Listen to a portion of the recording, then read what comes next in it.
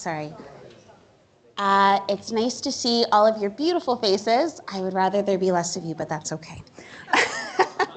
I'm going to start our presentation now. Thank you again for coming, and happy Black History Month.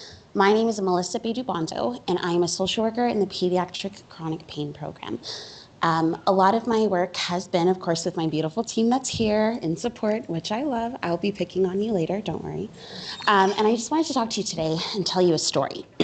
So in my culture, which is Jamaican and Ghanaian, a lot of the learning that we have, or that's disseminated from my parents and our elderly adults, is through storytelling.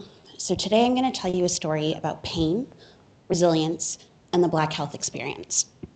I'm going to be joined by approximately 4 of my very dear colleagues, because without them, we wouldn't be able to share the story that we have today.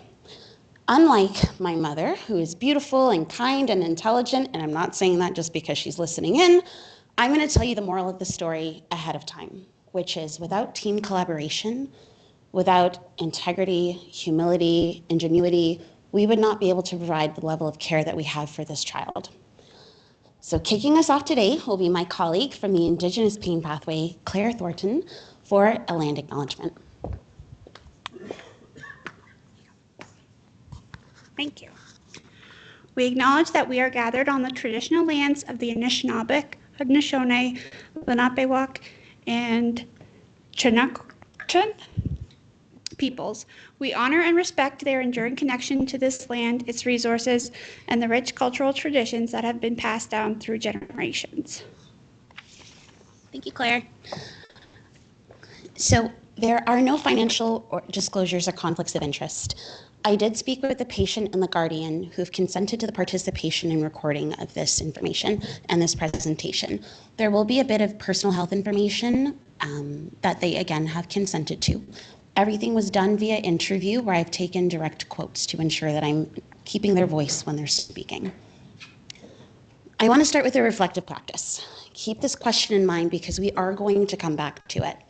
What do you consider your area of expertise? Mine is social work, particularly child and adolescents. Couples therapy is just not my job. So that is my area of expertise, and I'm sure that you have one as well. There's so many people here from different disciplines. To give you an outline of what's going to happen, I understand that there aren't learning objectives noted, but to give you an outline, we're going to meet the patient. I'm going to share their initial story. I'm going to share how we started this journey together.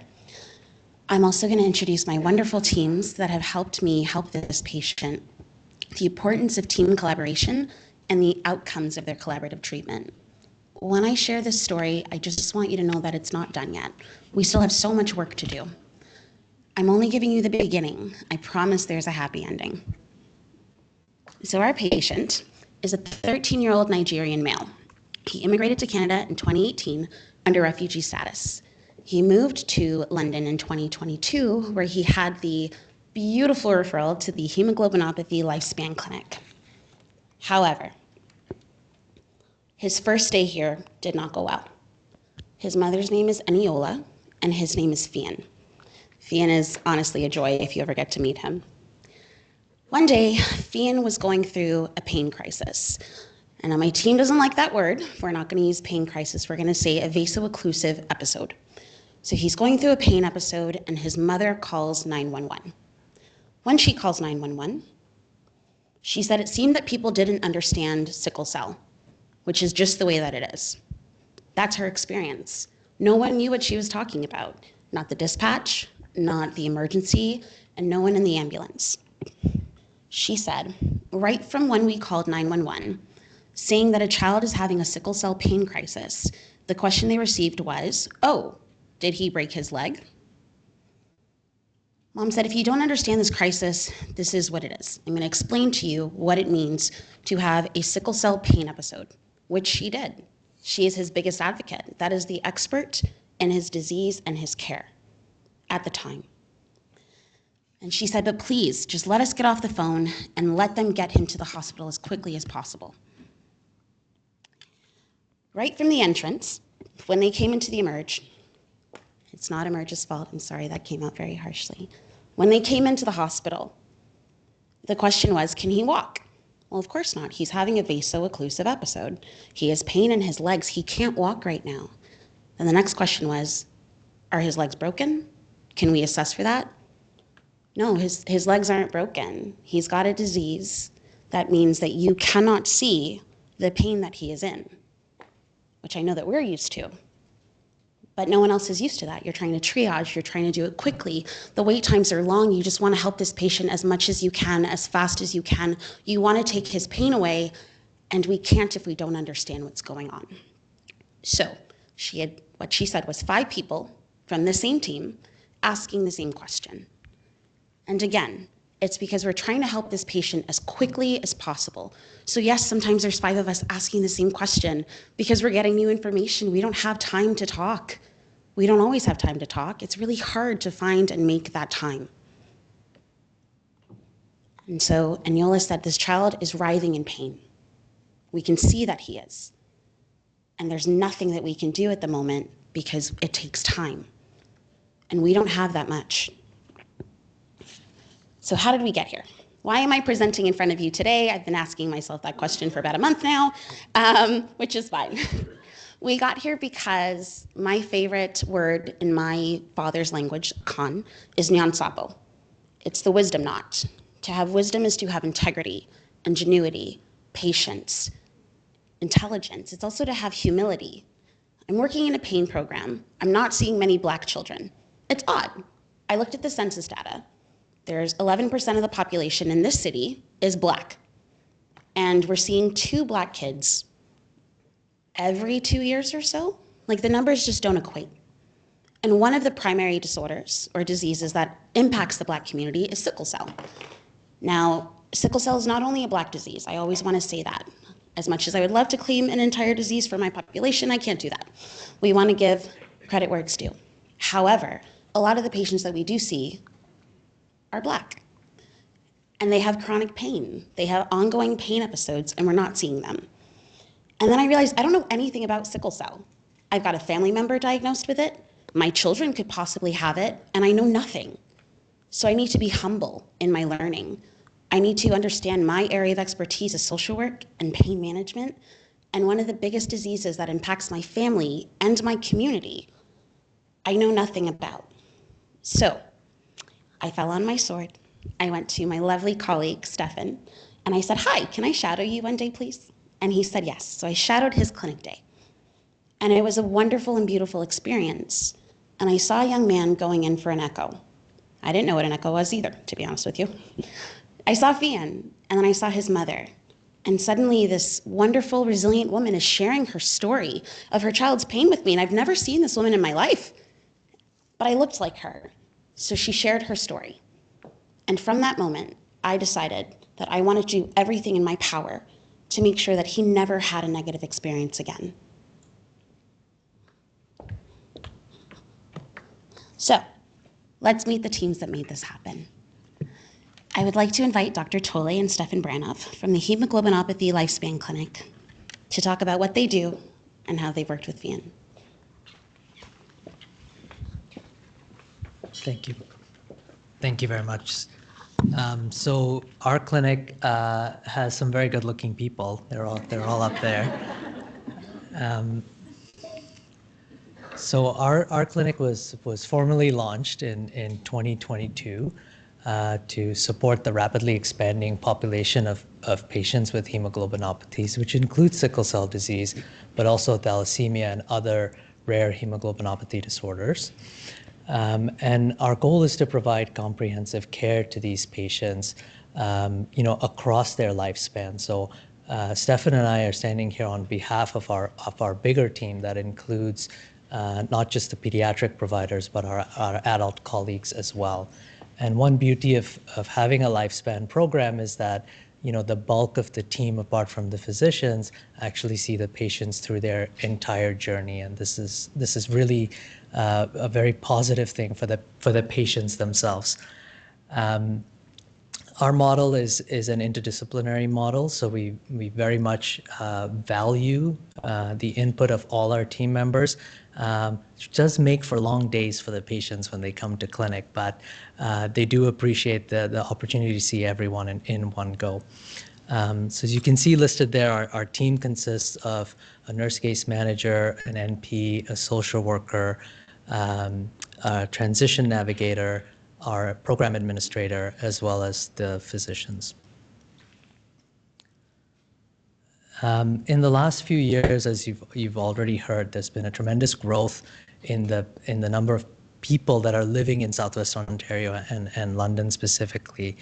And we've certainly seen that within the hemoglobinopathy population. So I just wanted to highlight that to you, that back in 2017, we had about 25 or so pediatric patients with sickle cell disease.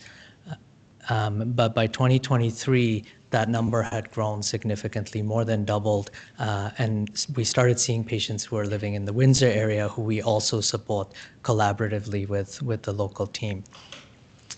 And as of last year, we're up to almost 100 patients with sickle cell disease on the pediatric side, more than that on the adult side, and a large number of patients with thalassemia who are undergoing transplant as well. And I do want to highlight the bottom row there that the number of newborn screen positives that we're seeing has also gone up, which suggests that patients are settled here and living here and having families in the London area. Mm-hmm. Thank you. Yes, I'm Stefan Branov. I'm a social worker in the Lifespan program, and it's been a privilege to be a part of the growth that has taken place, not just in our clinic, but within the sickle cell disease population and here in London.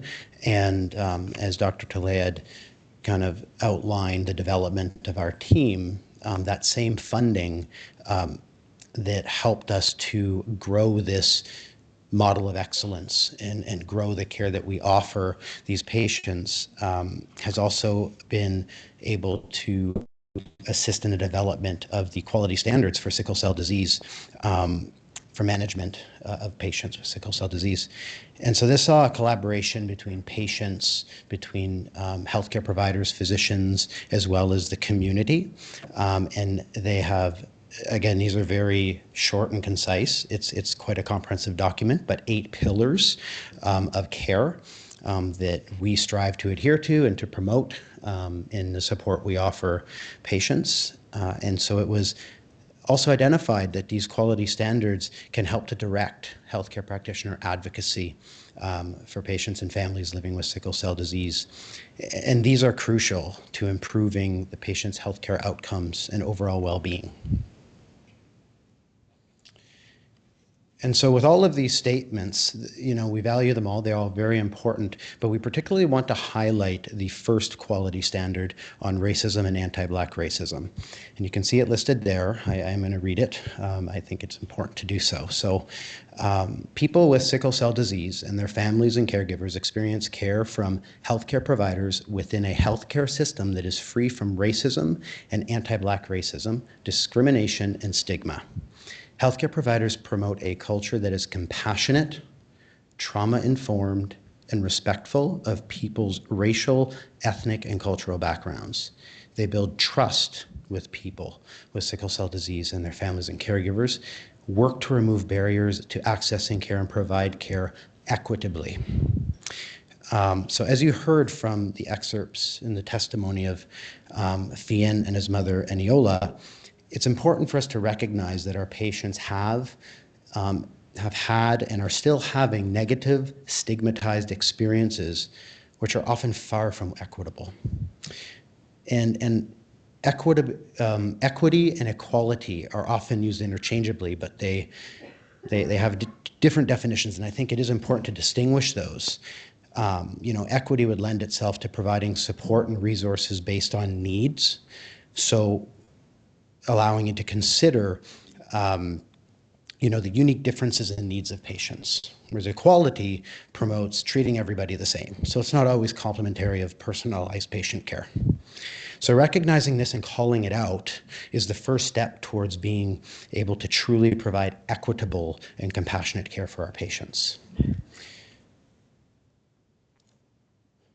All right. Go off. Thank you.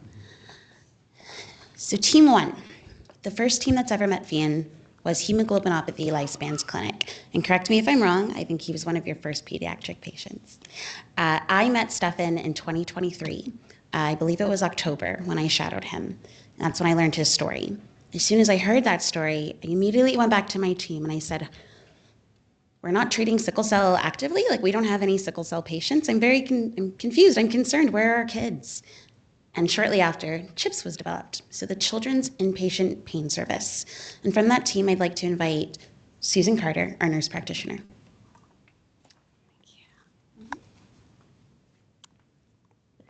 Hate holding the microphone and talking with my papers, so hopefully you can all hear me well.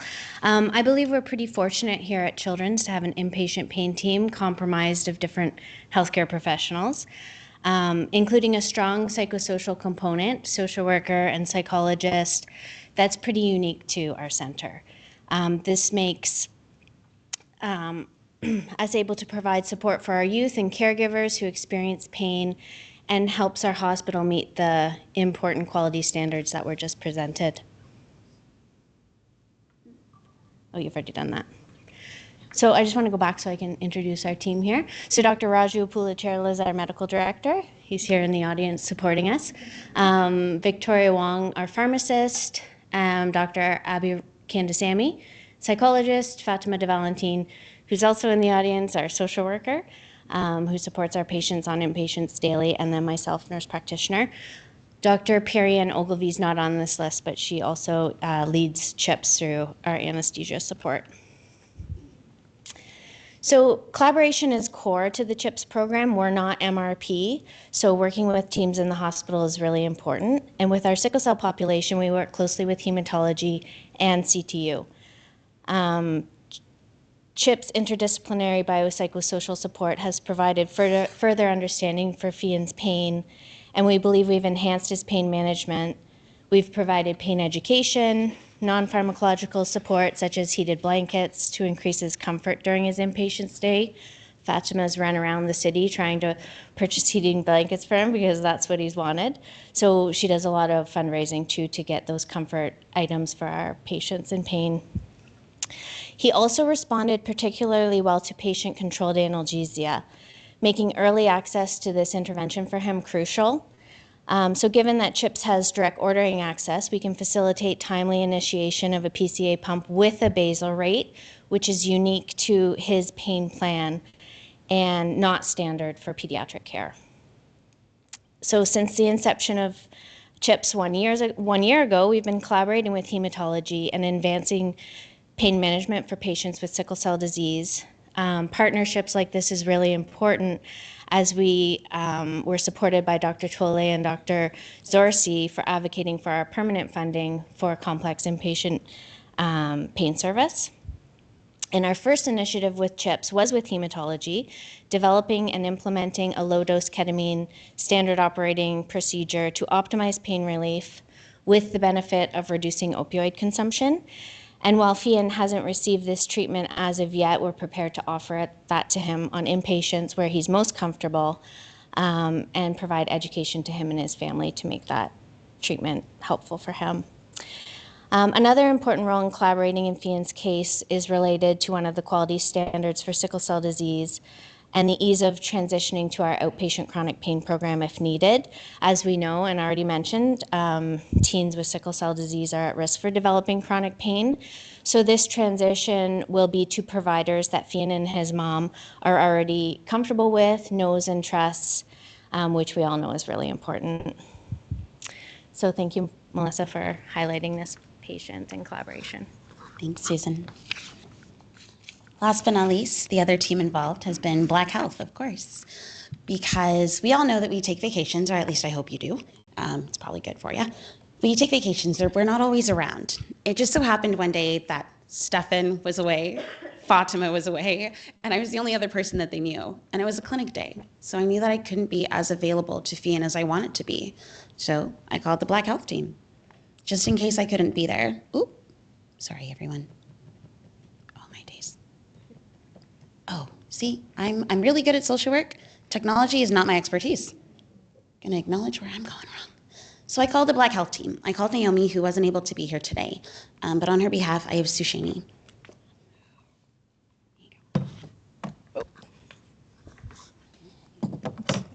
Hello, everyone. I am Sashani Brooks.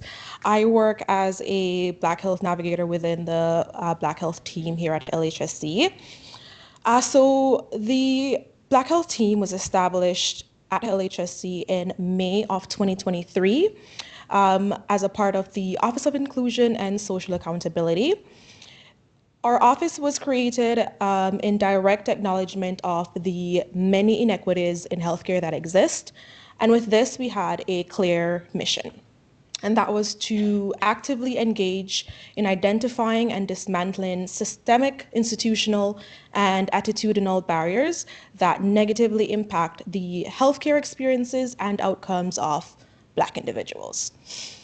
Our team has become a vital part of LHSC's commitment and Ontario's commitment to creating a more equitable and inclusive healthcare environment for Black individuals. My role within that team is a navigator. I primarily work in the children's department, like Children's Hospital. As a Black Health Navigator, I'm a trained and registered practical nurse. I am dedicated to providing LHSC patients with the support they need to navigate the complexities of the healthcare system. My role and the role of our team is to ensure that these patients feel heard, seen, and respected throughout their journey, essentially to offer assistance during any stage of the care that they see fit. For Fian and his mom, Eniola, this support began, as Melissa said, pretty much everyone, like we have been introduced to the CHIPS team. We work closely with them. We got introduced to them to see if there was any additional support we could offer in a particular admission that they were having. On our visit to Fian and his mom, this was essentially just to gain a better understanding of his experience here at LHSC and to explore how it is that we could help the family to communicate their healthcare needs, what goals they had, and of course to ensure that during this visit and any admission that they may have in the future, they would feel heard, respected, and valued. Following our discussion with Fian and his mom, our navigator engaged with the staff members on the unit. This was essentially to allow Fian's message to be heard by everyone that was within his care team, to ensure that we continue to foster awareness, to enhance the communication between the family and the healthcare team, and to ensure that this is done in a culturally sensitive way. Again, our goal is always to ensure that our patient and their family feel respected and welcomed here at LHSC. The staff members embraced this opportunity for learning. They demonstrated a strong receptiveness to the conversations that were had. They asked thoughtful questions, as it is that we always strive to create an open, supportive environment that fosters a positive dynamic between our team and staff members and the families.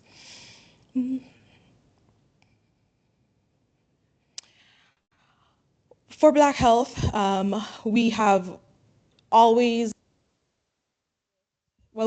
partnered with the hemoglobinopathy clinic, CHIPS team, the inpatient team, and these collaborations I feel have been transformative. It has expanded our team's knowledge. It has created a platform that we can unite all our expertise, and we create a stronger, more integrated approach to healthcare, not just Fians, but any other patients that it is that we have.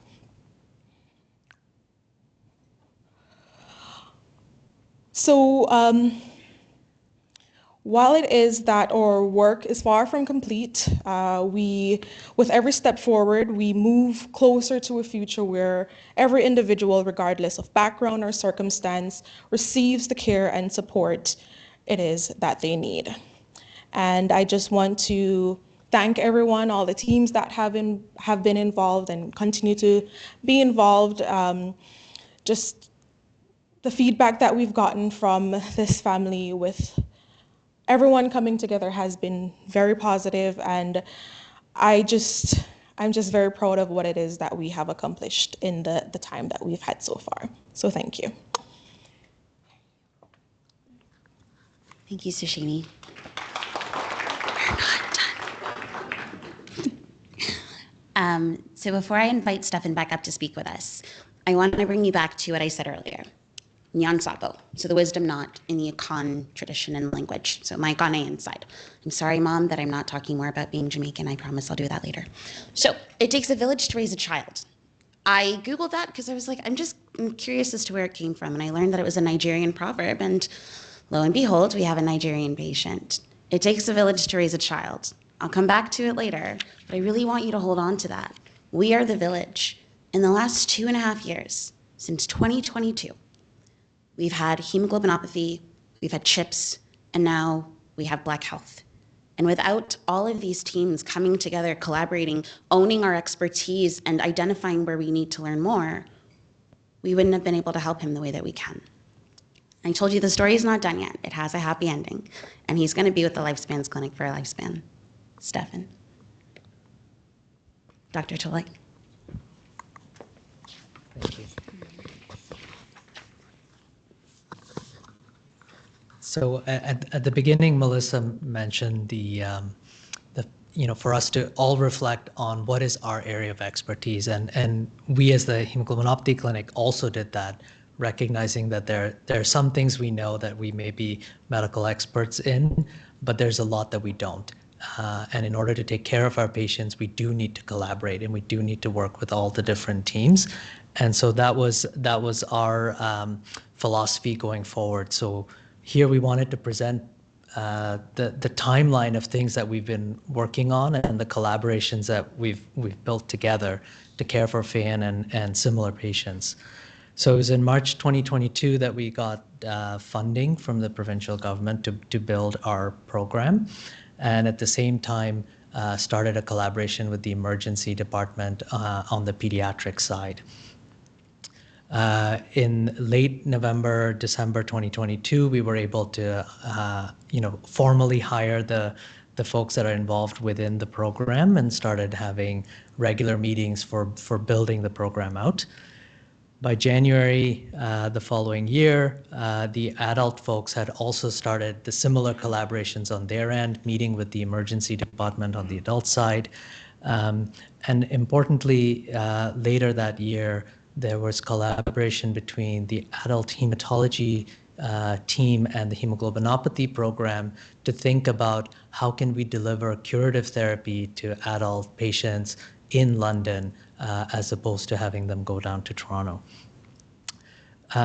During that year then, we began to have collaboration with our Windsor folks, doing quarterly meetings so that we can stay in touch with patients who are getting most of their care being done in Windsor, that they can receive care close to home, but still receive the specialized services that they require. And I was happy to say in August of 2023 was our first guidance document, first formal guidance document and power plan that was made in collaboration with our emergency department colleagues for the management of fever in sickle cell disease, recognizing that this is an emergency and should be treated within the golden hour as we do for our oncology patients. And this was very much a collaboration with a very receptive and engaged emergency department team. And that has led to ongoing fruitful collaboration with them. In addition, later that year, we collaborated with CHIPS, as you've heard about, to formally provide support while patients are admitted with vaso-occlusive episodes on the ward, providing PCA pumps, and being able to have targeted, individualized pain management plans for these patients. Furthermore, in November, we officially moved admitted patients with sickle cell disease to be under the pediatric hospitalist medicine team or CTU team rather than under hematology. And this was done for a number of different reasons, primarily recognizing that our pediatricians are excellent at looking at patients globally and therefore are in the best position actually to take care of our pediatric patients who have a number of different things going on beyond the pain episode that they're experiencing. Coupled with that was the importance of educating our future physicians, our residents, who did not get the opportunity as much to care for patients with sickle cell disease when they were admitted under hematology rather than pediatric hospitalist medicine. And I'm very proud of that because, again, it really demonstrated the level of engagement and collaboration in wanting to do what's best for the patient. Moving forward, we've developed a few further guidelines which involve the management of pain episodes in the emergency department, as well as perioperative management, which was again a collaboration with our anesthesiologists and surgeons.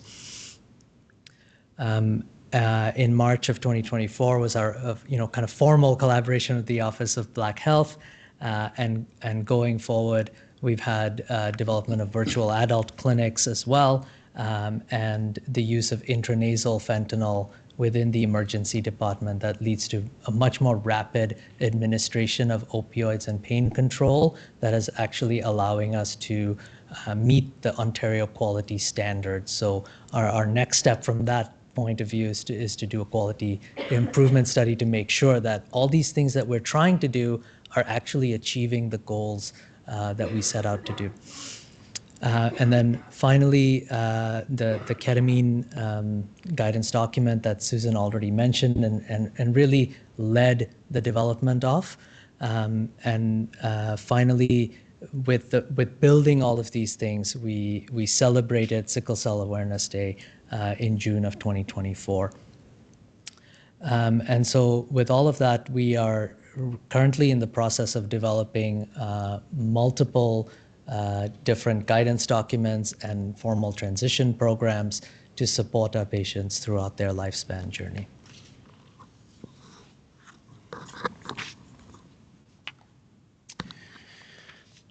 Okay, so I encourage everyone to do their best to try and follow the the arrows. It looks better here when it's larger. It's a bit more confusing when it's condensed. But our clinic, collaboratively with all of the teams that we referenced, we've been provided many opportunities to advance care for patients with sickle cell disease, but in general, patients representing marginalized, at-risk, or under-supported populations as well. So it has been a privilege to do that, and we've tried to capture how in our clinic we have advance that care specifically in correlation to the quality standards that we referenced earlier. You can see them listed on the side. I want to highlight that we're really just capturing the work here in the hospital, not really speaking to the advocacy at the community level, which has been significant and we've relied heavily upon. But we focus specifically on advocacy and advancing care here at LHSC. Our goal has been to ensure we are meeting these standards, and we have attempted to demonstrate that here. You can see each of them, and they're ongoing. Our commitment is ongoing, and central to all of this has been collaborating with our colleagues here. All of you, the Office of Black Health, the Emergency Department, Pediatric Medicine, and certainly the CHIPS team, integral to advancing this care, and our collaboration has galvanized and strengthened as we learn and we grow together, and I think our patients have benefited from that. But we do want to highlight that as a multi-system disease, we often refer patients with sickle cell disease to different specialists and have been met with support, with interest in improving care for this population, which has been encouraging as well. So for FIAN and for Eniola, their case study, which we really only briefly reviewed, is a testimony to the benefit of this multi-system approach. it has been a long journey for Fian. There's a lot of details missing, but I do want to emphasize that he has experienced the full trajectory of an improved system, of a collaborative team. From that first encounter to the encounter now, here at LHSC, we have, modeled the benefit of working together. I truly do believe that, and I think that is a key takeaway from their story. But moving on to the next one, I think. Thank you. So as Stefan and Dr. Tolle said, there are outcomes to the collaborative treatment. Fian's story is not done. We wouldn't have a lifespan clinic if it was. He's always going to have sickle cell, and that's okay, because our work together has made it better. So when I asked them, I asked Anyola and Fian, they said in recent times, when we go to Emerge, we already know what's going on. We know who this is. We know what he needs. She said they have better information now. They're well informed. So when this mom is panicking, keep in mind she has other children at home. Stefan said this is only a glimpse of their story. She has other children at home that need her help. She has other children that are also ill. And she knows that when Fian comes here, he's going to be taken care of. She also said it's better now because you guys advocated for us. You guys advocated, and the pain is well managed now compared to what it was, and we're thankful for that. She said that we gave her a voice. Dr. Tolle and Stefan are amazing advocates. They were knocking, they were pounding, they were asking for change. Susan came in as an amazing advocate, as did Fatima and Victoria, knocking, pounding, asking for change. And we're not loud on our own. We're one person. The mic helps, but we're not loud. We need help. We need teams. We need to work together to get this done. And so when all of us came together, their voice was heard. It was no longer an angry Black woman. It was a mother whose child is in an extreme amount of pain. Her words were writhing in pain. Please just take him to the hospital. And it wasn't heard. It wasn't digested until we all came up and said the same thing. We taught each other, and we were open to listening and understanding and learning. In one of his most recent experiences, he was able to use his computer. He was able to stretch his arms out and use the computer. He wasn't able to bend his arms and eat. And a nurse came in and she fed him. That's the level of care that we provide. We're feeding children that need it because they're in pain and they can't do it themselves. We don't care that he can play a video game. That's not the point. He needs help. A nurse went inside his room and she fed him. And Anyola said, what you do not go through, sometimes you do not understand, or you will not understand. I don't have sickle cell. I'm not sure about anyone else in this room, so no, I don't understand what it feels like to go through a vaso-occlusive episode. I do know what it feels like to be scared and to want to help a child get through their pain, and that I can work on. So when I began this presentation, I never outlined the learning objectives because you have the agency to choose what you're going to learn from this situation. I asked you to reflect on what you consider your area of expertise. Our area of expertise means that we have wisdom in this area. I have wisdom in social work, not hemoglobinopathy, not psychology, not nursing, not PCA pumps, this area, the one I'm presenting about today. Having wisdom doesn't mean that we stop learning. In fact, to have wisdom means to have intelligence, ingenuity, and patience. It means to have integrity. It also means to have humility and knowing that we are not the experts in everything. Because we never truly become the experts in anything unless we continue learning. Even Freud became outdated at some point. So whether you're a Betabonzo, a Tolle, a Branov, a Carter, or Brooks, what makes us the experts in our fields is the willingness, the wisdom, the Nyansapo, to say that I don't know everything. To be willing to go to our colleagues, as I have done today, thank you for coming, to have that knowledge and to learn more. I trust that my colleagues have the knowledge. I trust that the Black health team can advocate. I trust that hemoglobinopathy will help Fian. I trust that CHIPS will go in and help manage pain and to teach anyone that needs to be taught. I trust you all to have that willingness to learn more because we're not asking you to know everything. We're asking you to work with us, to work together. It takes a village to raise a child, which means that it also takes a village to help and heal a child. Resilience should not be Fian's burden alone or Aniola's, any other Black patient or any patient at all. So I hope that you can become the hands that heal, the voices that uplift, and the village that makes the difference in empowering care for Black patients. I asked you what your area of expertise is. I'm more than welcoming you to come share that with me. But I also want to ask you, what do you need to learn to provide culturally informed care to Black patients? I learned about sickle cell, and I'm very happy that I did. Thank you, everyone. All right, good, okay. I want to give you the floor. Any questions, any feedback for any of the team members here? John? Perfect. Looks like we did a pretty thorough job. Thanks, everybody.